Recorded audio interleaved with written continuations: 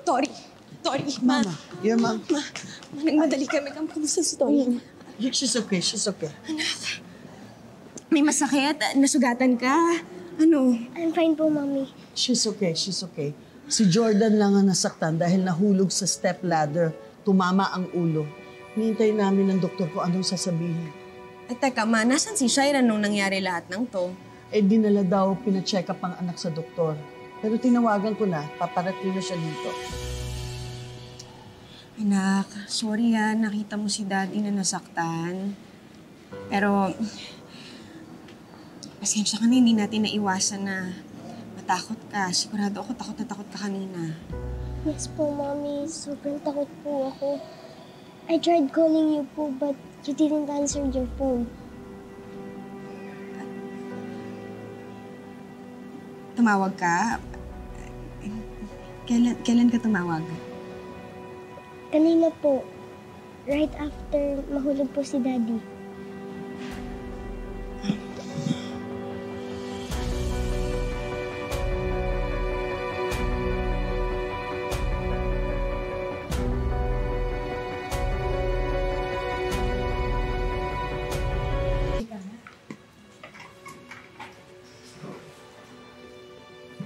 Tapatin mo nga ako. Ikaw ba nakailam sa phone ko? Ikaw pumatay at nag-cancel sa tawag ni Tori? Christy, pasensya ka na. Akala ko kasi si Jordan yung tumatawag sa'yo. Hindi ko naman alam na may aksidente na pala nangyayari. Leon, ano ba? Ano ba yung katwiran mo?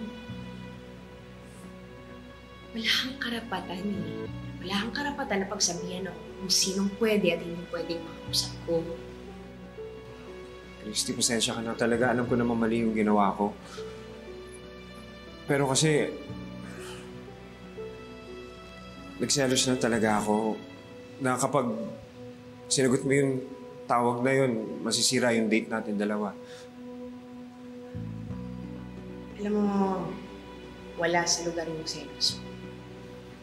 Tingnan mo nga kung may napahamak ng tao. Diba? Di sana mas maaga nating natulungan si Jordan. Paano kung si Tori yun? Paano kung siya yung nasaktan tapos kinailangan niya yung tulong? Christy, pasensya ka na talaga. Nagsisisihan ko na yung nagawa ko. Alam mo, umuwi ka na lang muna. Gusto kong mapag-isa. Christy naman. Leon, gusto kong mapag-isa. Kaya umuwi ka na muna.